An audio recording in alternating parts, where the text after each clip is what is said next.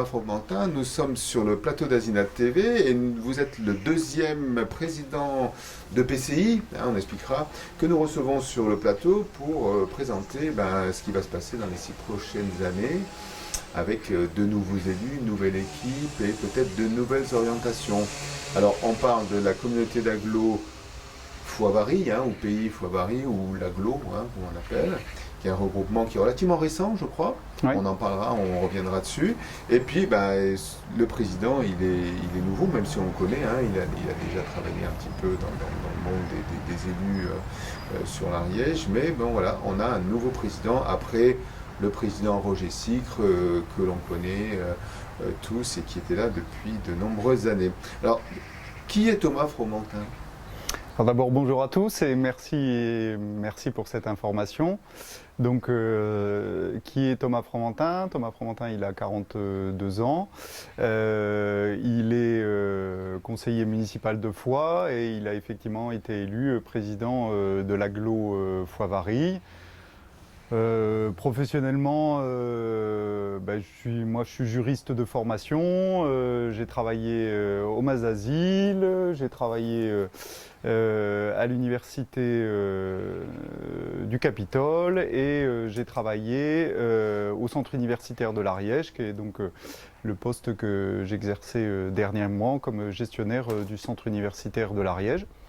J'ai été d'abord, quand je suis arrivé en Ariège, donc il y a maintenant 15 ans, oui, puisque mon fils en a 14, donc il y a maintenant 15 ans, un peu plus, même 16 ans d'ailleurs. Il se trouve qu'avec ma compagne, nous sommes installés à Saint-Pierre-de-Rivière. J'avais la volonté de m'engager publiquement, donc j'ai d'abord été conseiller municipal à Saint-Pierre-de-Rivière, voilà, modeste conseiller municipal. Et puis après, j'ai déménagé sur la commune de Foix, j'ai intégré la liste de Norbert Meller, j'ai été conseiller municipal de la ville de Foix et vice-président, donc c'était lors de la dernière mandature, d'abord de la communauté de communes du Pays de Foix et après de la communauté d'agglomération Pays Foix-Vary, lorsqu'on a fusionné en 2017. Et puis donc maintenant, les élus m'ont fait confiance pour assurer la présidence de l'agglo Foix-Vary. Ok, une nouvelle équipe, et on reviendra peut-être sur cette nouvelle équipe. Le territoire de la communauté d'agglo, c'est combien d'habitants? Quelles sont les caractéristiques de ce nouveau territoire? Donc la communauté d'agglomération, c'est 32 000 habitants à peu près, pour avoir des chiffres simples. C'est 42 communes. Donc avec 2 pôles importants, on va dire, celui de Foix et de Vary. Mais la communauté d'agglomération, pour faire simple, elle va de Burette dans la Barguillère jusqu'à Vira et de Saint-Paul-de-Jarrat ou Soula jusqu'à Montaigu de Plantorel. Voilà, pour donner à peu près le cadre géographique. C'est un budget de fonctionnement important, peut-être il faut le dire, c'est 28 millions d'euros de budget de fonctionnement. Un budget d'investissement en fonction des années entre 6 et 9 millions d'euros. La communauté d'agglomération gère désormais des compétences importantes. On en reparlera sans doute, mais compétences économie, mobilité, habitat, petite enfance, jeunesse, bibliothèque, etc., etc.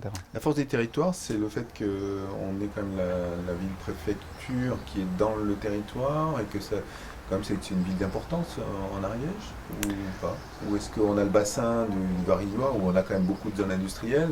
Voilà, c'est quand même aussi le poumon économique, même si Pamiers en représente un important, mais on a un poumon économique qui est relativement important. C'est ça l'idée de cette association d'ailleurs. Oui, en fait, exactement. En fait, quelle était la logique de la fusion entre l'ancienne communauté de communes du canton de Vary et l'ancienne communauté de communes du Pays de Foix, juste pour refaire l'histoire. Fusion volontaire, je le rappelle, qui n'a pas été imposée. Il y a une volonté de faire.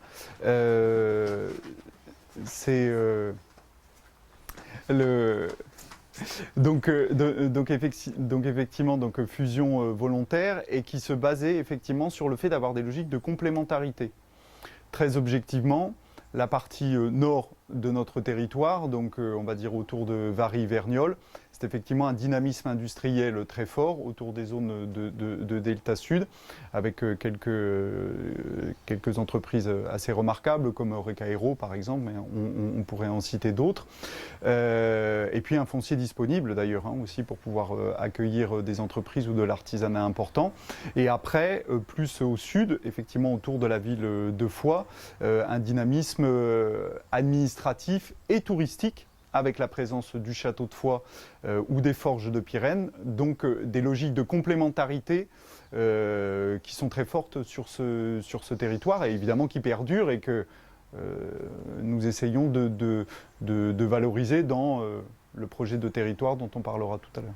Donc entre tourisme et industrie, je vais résumer ça de cette manière-là, quels sont les grands enjeux pour le futur de ce territoire et comment vous allez le symboliser au travers des commissions ou de l'organisation politique ou administrative de cette communauté d'agglo?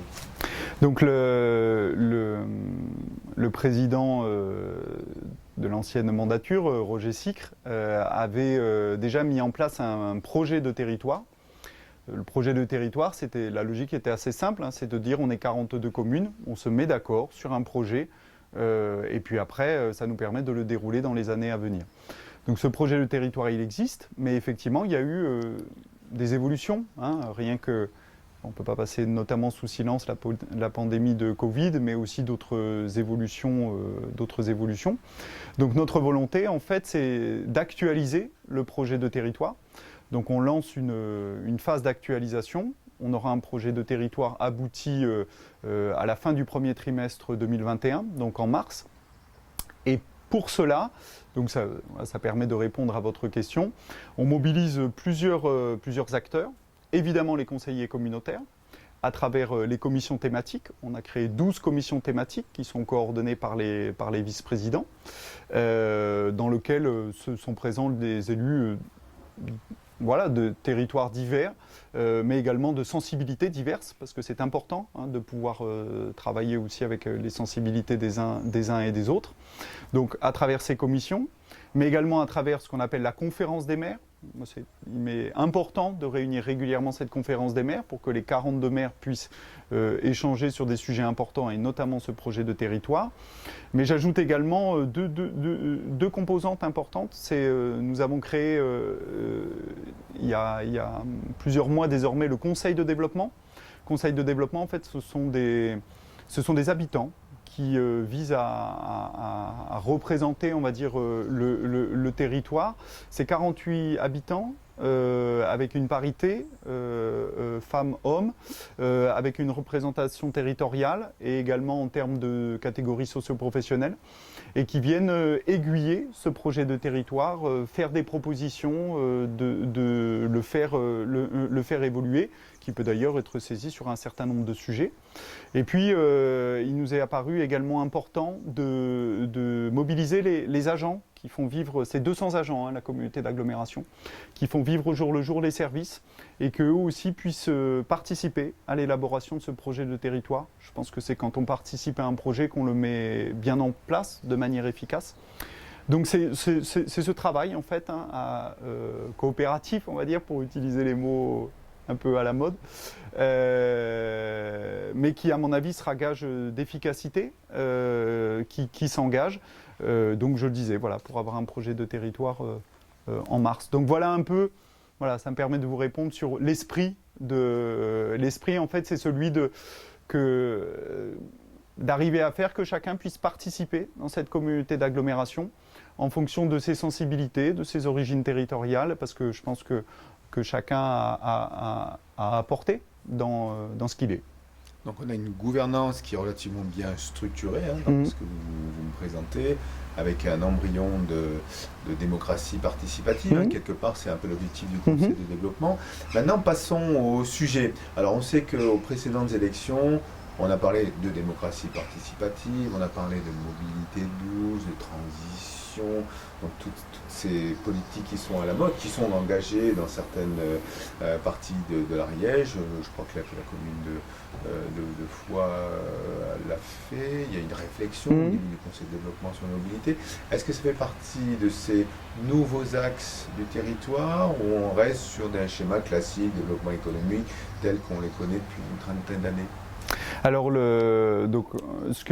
va dire, les 4 axes que nous avons collectivement fixés, donc ils sont effectivement, premier axe, le développement économique, parce que malgré tout, c'est le nerf de la guerre. C'est incontournable. C'est ce qui crée la richesse sur le territoire. Mais le développement économique aussi sous toutes ses formes.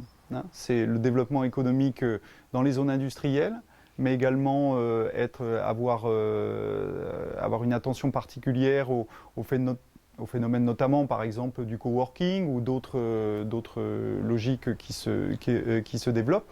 Mais c'est également bien sûr le tourisme sur un territoire comme le nôtre. Mais par exemple, il ne faut pas oublier la question de l'agriculture, qui est aussi, à travers la dynamique des circuits courts, par exemple, sur notre territoire, c'est loin d'être neutre. Donc effectivement, une action économique de ce point de vue, avec d'abord, je fais une petite parenthèse sur cette question économique. Les conséquences de la pandémie du Covid-19 vont être indéniablement très lourdes sur le secteur aéronautique et sur ses sous-traitants et sur ceux qui font vivre à partir du sous-traitant. Donc il y a aussi la question du soutien à toutes ces entreprises. Je rappelle que le président Sicre avait proposé au bureau communautaire qu'il avait adopté un plan de soutien à hauteur de 700 000 € pour l'ensemble du monde de l'entreprise. Nous le faisons vivre. C'est un peu plus de 250 000 € qui a été versé en soutien aux entreprises du territoire à ce jour, en subvention directe, en coopération avec la région. Mais c'est aussi être au soutien d'entreprises un peu plus importantes dans un contexte très compliqué. Vous savez qu'on a appris l'annonce de la cessation d'activité de MCAD sur la commune de Varry. Nous sommes présents dans un contexte extrêmement compliqué.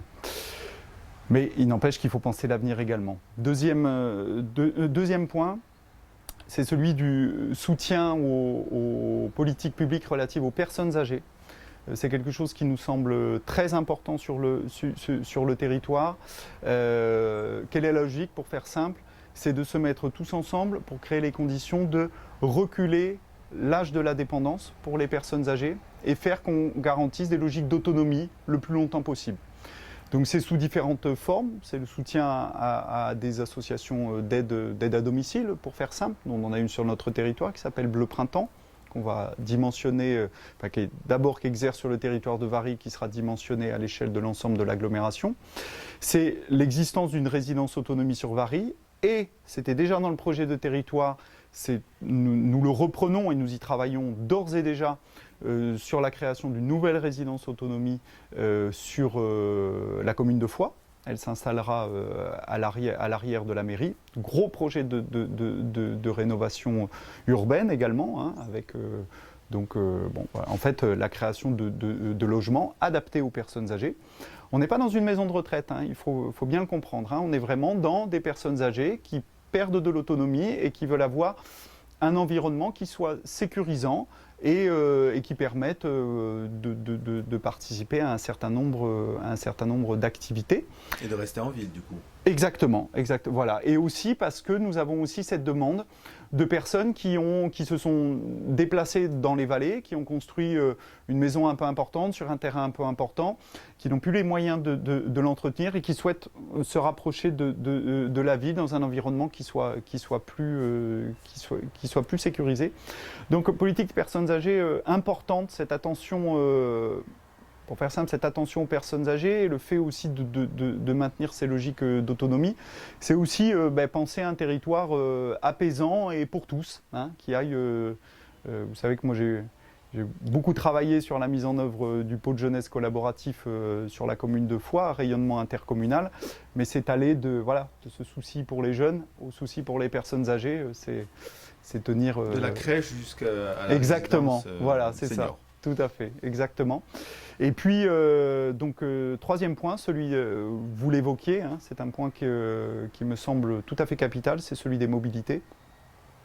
Ce que nous souhaitons sur la communauté d'agglomération, c'est une amélioration significative des conditions de mobilité du quotidien, mobilité du quotidien, à l'horizon 2022. Ce qui passera par une offre plurielle. Hein. En zone rurale, il n'y a pas de réponse toute faite. Ce sera ici une densification des navettes, à d'autres endroits des pistes cyclables, à d'autres endroits le développement du covoiturage, et puis peut-être des parkings relais. Bref, c'est une politique qu'on va construire collectivement, notamment avec des assises de la mobilité qui se mettront en place dans quelques mois, puisque la logique, je le redis, c'est de correspondre à des mobilités du quotidien, donc notamment à la demande faite par les entreprises et les administrations de voir de nouvelles formes de mobilité se développer. Il ne faut pas rater ce cap de l'évolution des mobilités. Nous avons la conviction que nous perdrions en attractivité pour notre territoire si jamais nous n'avancions pas de manière résolue sur ces questions de mobilité. Il y a une véritable demande. Après, moi j'ai l'habitude d'être ambitieux, mais pragmatique. Nous sommes sur un territoire qui a certaines capacités financières, donc nous ferons aussi en fonction de ce que nous pouvons faire. Mais si on ne veut pas faire, on ne fait jamais. Il y a un quatrième point, vous avez dit. Oui, pardon, excusez-moi. Le quatrième point, il se voit moins auprès des citoyens, mais il faut le rappeler, c'est la communauté d'agglomération comme soutien aux communes. Donc il y a la communauté d'agglomération depuis, c'était le président Sicre qui a mis cela en place, apporte un soutien aux travaux de voirie sur son territoire. La volonté, c'est d'apporter un soutien supplémentaire aux communes, notamment lorsqu'elles élaborent des marchés publics ou sur les questions juridiques. On a souvent des communes de plus faible densité qui sont prises dans des complications juridiques et administratives qui dépassent tout un chacun. Il faut savoir faire preuve de solidarité pour que les communes puissent, pas pour que l'agglo fasse à la place des communes, pour que l'agglo apporte du soutien aux communes pour qu'elles puissent mener leurs projets. D'accord, c'est pas que des services supplémentaires qu'on peut amener, mais aussi un soutien, un appui administratif, logistique. Exactement. Pour pouvoir mener à bien ce... Bien, tout à fait. C'est un grand chantier. Vous avez parlé régulièrement de l'expérience Covid sans trop vouloir en parler. Est-ce que ça a eu un impact, en dehors de l'aéronautique, on sait que c'est un impact mondial, est-ce que ça a eu un impact, à votre avis, sur la relation dans l'agglo? On sait que ça a eu un petit impact dans tout ce qui est manifestation cet été. La culture, vous n'avez pas parlé beaucoup de culture, je crois qu'il y a aussi une politique autour de la culture, de la enfance, jeunesse assez forte dans l'agglo. Est-ce que c'est compliqué pour les élus aujourd'hui de gérer tout ça?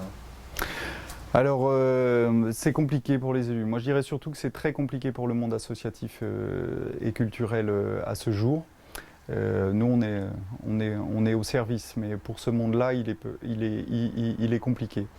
Peut-être, donc, avant de répondre à ça, effectivement, vous avez raison de m'interroger sur la politique, on va dire, petite enfance, enfance, jeunesse et culturelle de l'agglomération. Je le fais vite, hein. La communauté d'agglomération gère et fait ce qu'on va appeler les crèches sur le territoire, relais d'assistance maternelle, ludothèque, etc., etc. Donc avec un service qui me semble de bon niveau, hein, sur le territoire, plus une politique jeunesse à travers un soutien au PAGIP, qui est l'association qui intervient sur le domaine de la jeunesse à l'échelle du territoire, et qui croise, c'est pour ça qui croise effectivement les questions de médiation vis-à-vis des jeunes, de difficultés éventuellement d'ordre d'emploi ou psychologique, mais aussi de volonté de faire dans le domaine de la culture ou du sport c'est la force du PAGIP et de ses partenaires, c'est d'être à la croisée de toutes ces demandes de la jeunesse. Et également, donc, c'est la communauté d'agglomération qui gère les médiathèques sur son territoire, école de musique, et puis centre de la résistance à Varilhes. Donc, le monde culturel et associatif est clairement frappé par ce Covid. Moi, ce que je ressens, c'est le fait d'être submergé par des protocoles qui sont nécessaires, mais submergé par cela. Et puis d'être face à des difficultés aussi tout simplement financières, hein, et de savoir comment ça pourra, comment ces actions pourront continuer. Donc effectivement, il est nécessaire d'avoir, alors là, pour le coup, une mobilisation multipartenariale par rapport à cela, parce que ce qui fait aussi l'attractivité d'un territoire et la vie d'un territoire, c'est aussi la possibilité d'aller voir des spectacles, d'aller pratiquer du sport et autres. Moi, je le dis souvent, c'est fort bien de faire une zone d'activité par exemple industrielle, mais si vous n'offrez pas aux salariés qui viennent ici la possibilité d'aller au théâtre, au cinéma, de pratiquer du sport, d'avoir un système de crèche, etc., mais vous n'attirez pas l'entreprise. Donc c'est un environnement, c'est un environnement global. Et puis je crois que voilà, on ne peut pas. Bon, moi je le dis souvent aux équipes. J'ai défendu le fait que nous devions rentrer dans la transition énergétique et environnementale quand j'étais vice-président. Je ne vais pas changer maintenant que je suis président, donc je maintiens toujours le même discours. Enfin, objectivement, cette pandémie de Covid doit aussi créer les conditions de l'accélération sur ce sujet-là. Il n'est plus temps d'attendre. Il ne s'agit pas d'avoir de dogmatisme de ce point de vue. Moi, encore une fois, je suis quelqu'un de pragmatique, je n'ai pas de logique de dogmatisme. Mais à un moment, quand les scientifiques internationaux nous alertent, il faut que nous, en tous les cas, la place à laquelle nous sommes, nous puissions agir en ce sens. Et il faut que nos politiques publiques, elles soient pensées là-dedans. Il ne s'agit pas d'avoir une politique spécifique à ça. Il s'agit de penser nos politiques publiques globales à l'ère de la transition énergétique et environnementale. Est-ce que c'est le sujet qui va vous préoccuper le plus à titre personnel? Parce que chaque fois je demande une question, quel est le dada du président? Quel est le sujet de prédilection sur lequel il va s'impliquer plus particulièrement? Parce qu'il y a des équipes, des présidents de commission qui sont chargés de parler de tous les sujets, de travailler sur toutes les stratégies qui ont été élaborées pour le territoire. Mais le président, là, à 40 quelques années, avec un enfant, vous avez parlé, est-ce que vous semblez être sensibilisé par ce dernier point que vous venez de développer? Oui, il y en a un en plus. Alors, les vice-présidents qui m'entourent vous diront que je m'intéresse à tout et que j'ai que j'ai des difficultés à que je délègue, que je travaille en très très bonne intelligence, mais que je souhaite vraiment m'intéresser à tout. Mais vous l'avez compris, s'il y a un enjeu fort pour moi, c'est la question de la mobilité, et à travers cette question de mobilité, effectivement l'action sur les questions de transition énergétique et environnementale.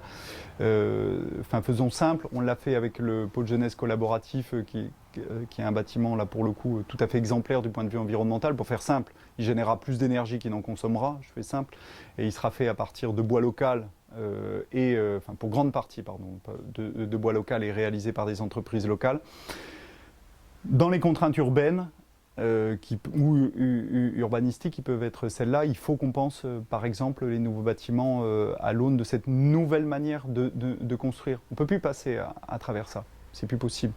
On a aussi les questions d'artificialisation des sols qui sont évidemment importantes à traiter en bonne intelligence, mais on peut pas les passer sous silence, c'est pas possible.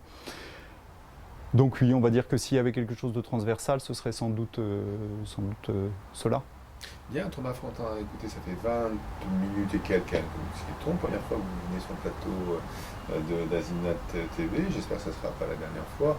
En tout cas, je ne vous dis pas dans 6 ans, j'espère qu'on se reverra avant le renouvellement de votre mandat. Merci beaucoup. Avec plaisir, et à une prochaine. Au revoir.